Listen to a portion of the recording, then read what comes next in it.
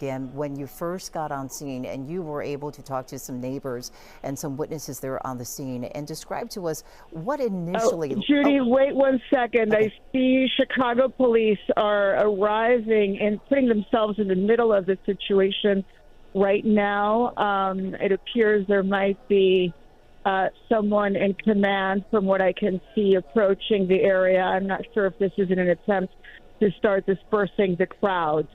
But we have just in the last few seconds seen Chicago police, who had remained at bay, now starting to put themselves in the middle of the, oh God.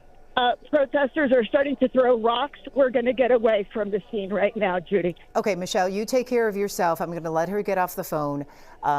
We really appreciate it. Get to a safe place. So what you're watching, what you continue to watch, is exactly what Michelle has been describing.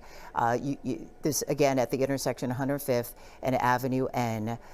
Last Michelle said as protesters started throwing rocks, and you can see that there is some chemical being deployed right there at this intersection. Just prior to this, you did see what appeared to be Chicago police officers and some commanders there trying to have some type of a dialogue with the protesters there at the intersection.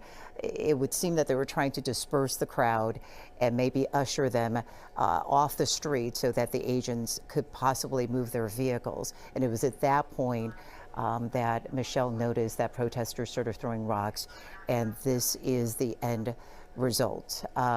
Earlier, we had heard that there were pepper balls being sprayed into the crowd because someone had thrown eggs, or some neighbors had thrown something at the agents, and now reports of rocks being thrown.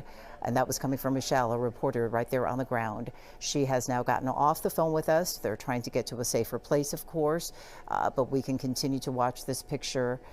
Fortunately, with Chopper 7 up in the air, we can still continue to monitor what is happening here.